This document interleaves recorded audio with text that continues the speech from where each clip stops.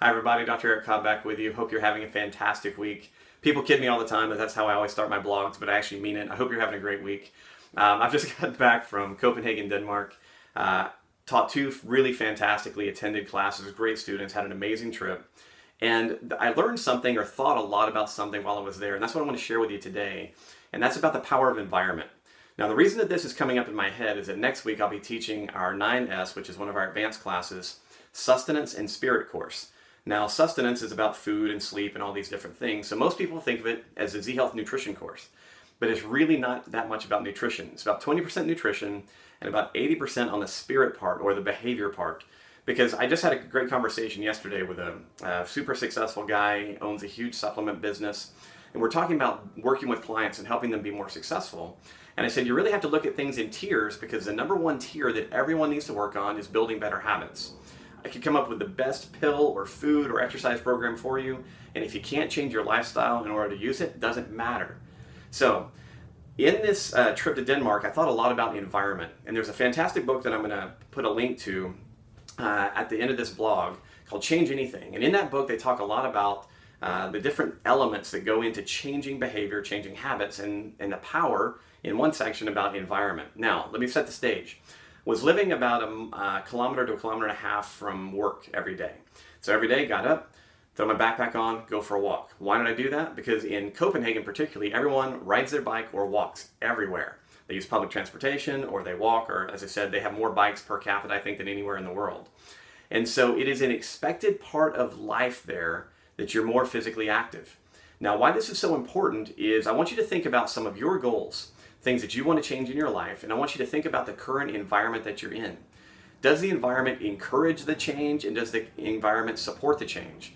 Because one of the things that we've learned in all this kind of behavioral research is that you can have absolutely dedicated personal motivation, you can apply your willpower, your discipline to creating a change, but if the environment around you is set up in such a way that it's going to constantly discourage you, the likelihood of you making that change is very low. So imagine that you are very dedicated to having a better relationship with your kids. Take a step back and think about where in your world do you have the opportunity to spend time with people where it is an expected part of the day to do really cool things to build a relationship with your kids. A lot of people go, I don't even know where to find that. But this is really one of the most powerful influences that we have. So my exercise for you this week is pretty simple. Take three things that you've been thinking about changing. Maybe it's how you eat, how much you exercise, your relationship with your kids, whatever it is, and I want you to write them down in one column. And then I want you to write down current environment in another column. And sketch out 2 or 3 notes for each one, and just ask yourself, is the environment that I find myself in most of my days, am I surrounded by people that are encouraging and demonstrating for me the habits that I want to see changed? That's column number 2. Column number 3, write down best environment. Now you get to put in a wish list. What type of people? How much time? Where would you spend your life if you're going to be around people that helped you create an environment to become more the person that you want to be?